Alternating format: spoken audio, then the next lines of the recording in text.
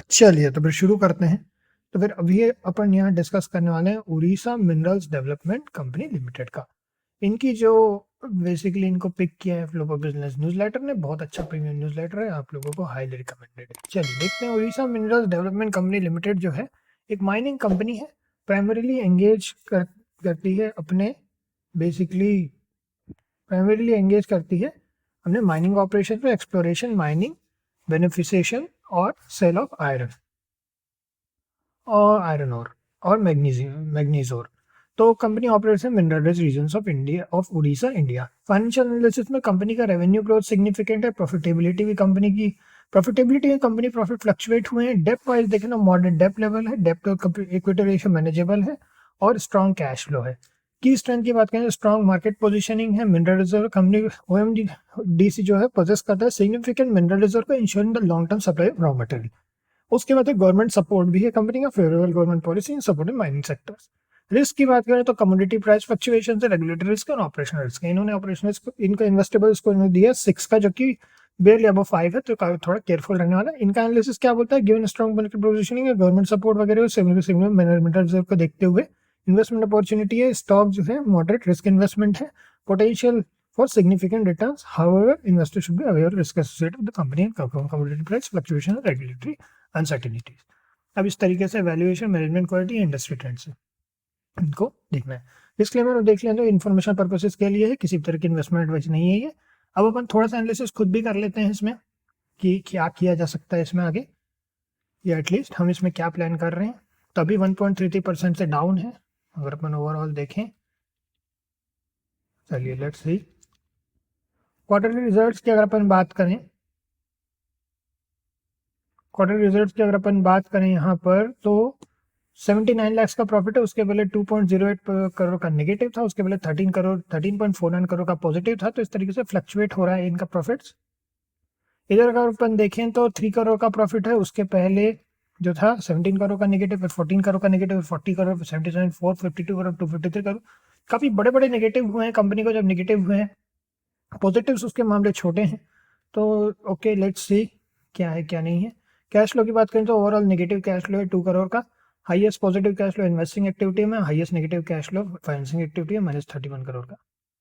Share holding pattern की बात करें 50.01% जो है प्रोमोटर होल्डिंग है, एफआईएस की होल्डिंग 1.90%, डीआईएस की होल्डिंग 11.03% और पब्लिक होल्डिंग है 37.05%।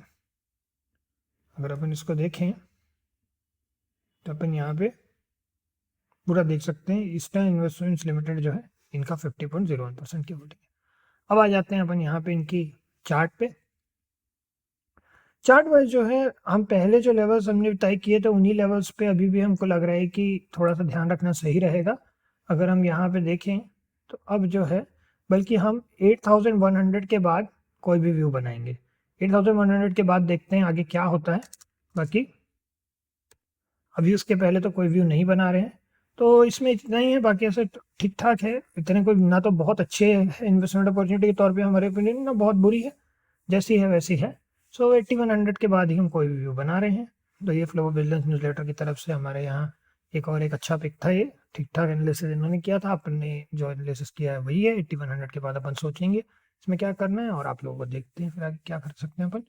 सो ठीक है, नेक्स्ट मिलते हैं फिर आप लोगों से। ओके।